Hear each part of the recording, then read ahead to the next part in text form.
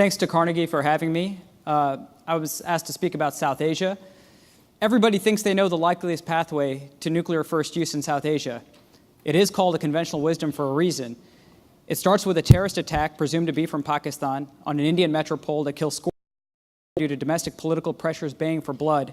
The government of India orders the mobilization of its 3 main strike corps and commences offensive operations across the international border, not limiting its response to the Jammu and Kashmir sector in the line of control. The deepest thrust is undertaken by what's known as 21 Corps and its supporting elements in the desert sector. 21 Corps threatens to bisect Pakistan's north-south communication lines, putting Pakistani conventional forces on its heels. Unable to slow down 21 Corps, Pakistan flushes out what we all know are now the Nasir tactical nuclear weapons batteries, or its Abdali missiles, and its Strategic Plans Division authorizes their use, either in demonstration shots against concentrated 21 Corps armored divisions or bridgeheads and logistics behind the main thrust to slow down the Indian offensive. India then promises what most presume is massive counter-value retaliation against Pakistani cities, leaving aside how credible or incredible that might be. This is how nuclear first use would unfold in South Asia, right? Well, maybe not so fast. There is increasing evidence that India will not allow Pakistan to go first, and that India's opening salvo may not be conventional strikes trying to pick off Nasir batteries in the theater, but a full, comprehensive, and preemptive nuclear counterforce strike that attempts to completely disarm Pakistan of its nuclear weapons so that India does not have to engage in iterative tit-for-tat exchanges and expose its own cities to nuclear destruction. This thinking surfaces not from fringe extreme voices, such as, I dare say, Bharat Karnad, or retired Indian Army officers frustrated by the lack of resolve they believe their government has shown since 1998, but from no less than a former Strategic Forces Command CNC, Lieutenant General B.S. Nagal, and perhaps more importantly and authoritatively, from the highly respected and influential former National Security Advisor Shiv Shankar Menon, in plain sight in his recent 2016 book Choices, Inside the Making of Indian Foreign Policy. In short, we may be witnessing what I call a decoupling of Indian nuclear strategy between China and Pakistan.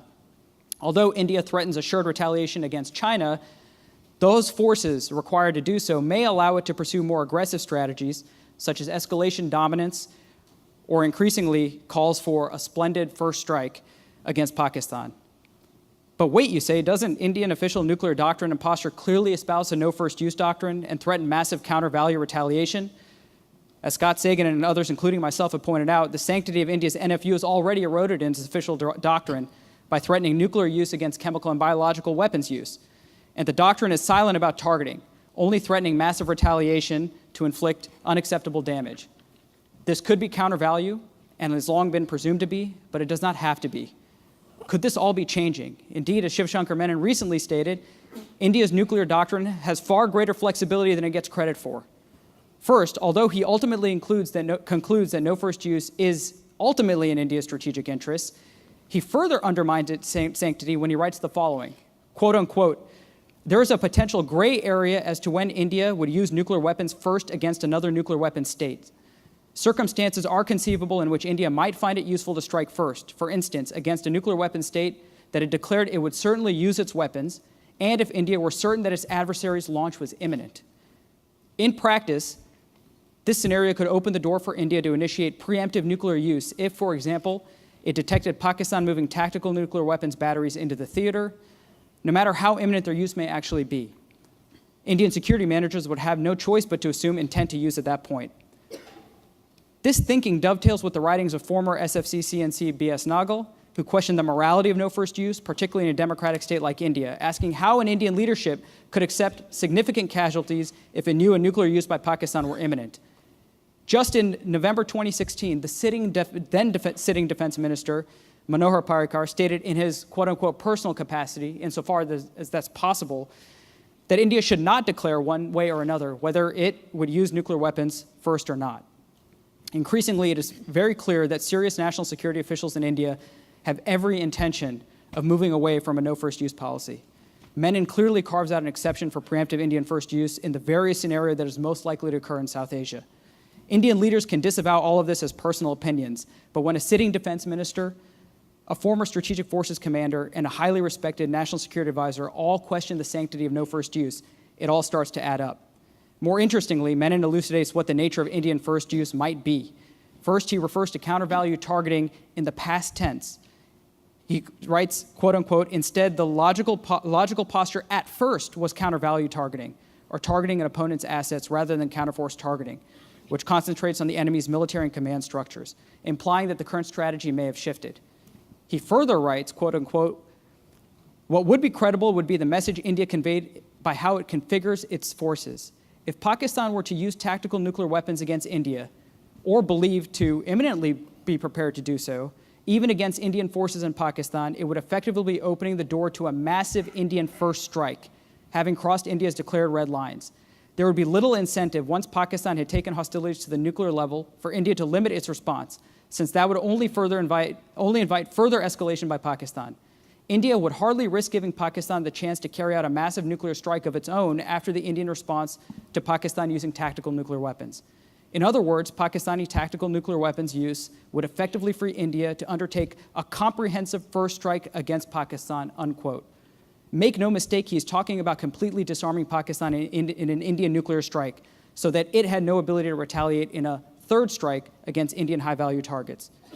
In combination, these paragraphs suggest that the party that goes first in the most likely pathway to nuclear first use in South Asia may not be Pakistan, but India, if and when it believed that Pakistan might be ready to cross the nuclear threshold. Can India do this now? Almost certainly not. There's little evidence that it can find, fix, and destroy Pakistan's nuclear forces in real time on land. Even if it believes that it only really needs to prioritize targeting the longer-range strategic systems and can leave the tactical systems aside in order to achieve a significant damage limitation, it is unclear whether India has a good fix of all the locations of Pakistani strategic forces. Vipin, I'm taking off my shoe. Okay, all right. All of the forces and capabilities that India needs to develop in order to achieve this strategy are being developed. So our conventional understanding of South Asia's nuclear dynamics and who in fact might use nuclear weapons first and in what mode may need a hard rethink given these emerging authoritative voices in India who are not content to see the nuclear initiative to Pakistan. And this would mark a major shift in Indian strategy if adopted and implemented. A preemptive nuclear counterforce by India with all of its attendant consequences. Thank you for not making me fulfill my threat. To the extent that a Trump presidency affects South Asia, it's really on the posture side. When President Trump tweets about expanding and strengthening U.S. nuclear arsenal, I think that opens the floodgates for India and Pakistan to do so. And both India and Pakistan are in the midst of an arms race. Both are increasing their arsenal sizes. Both are increasing the diversity of their platforms. And so if the U.S. gives license to regional powers to also expand and modernize their arsenals, or even resumes nuclear testing, for example, both India and Pakistan are trying to miniaturize warheads. India's trying to develop MIRV, so is Pakistan. Pakistan with the tactical nuclear weapons. If the U.S. were to resume testing nuclear weapons, these regional states would follow suit, and that would really accelerate their ability to develop more accurate, smaller, mobile missile, warheads for their mobile missile systems. And that would really accelerate, I think, some of the worst dynamics in the South Asia arms race. Yes, my name is James Ranney. I'm a retired law professor, and I'd like to second the comments of the earlier. This is a brilliant panel. I have something from a draft of a book I've written that I thought would be relevant to the comments by Mr. Narang. It's by a Cold War warrior, Paul Nitze, obviously, explaining the danger of what I call in my book a preemptive preventive strike.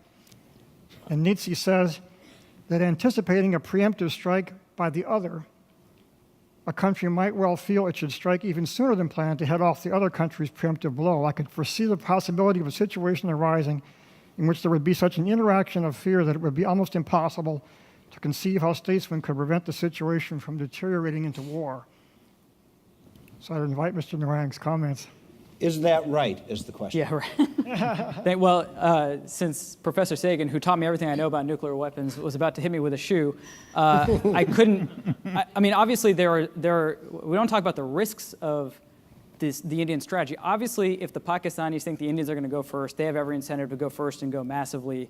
And so South Asia, if Pakistan even believes that India is heading in this direction, is entering the phase in the Cold War when the US and the Soviet Union had first strike instability, and it's very, very dangerous.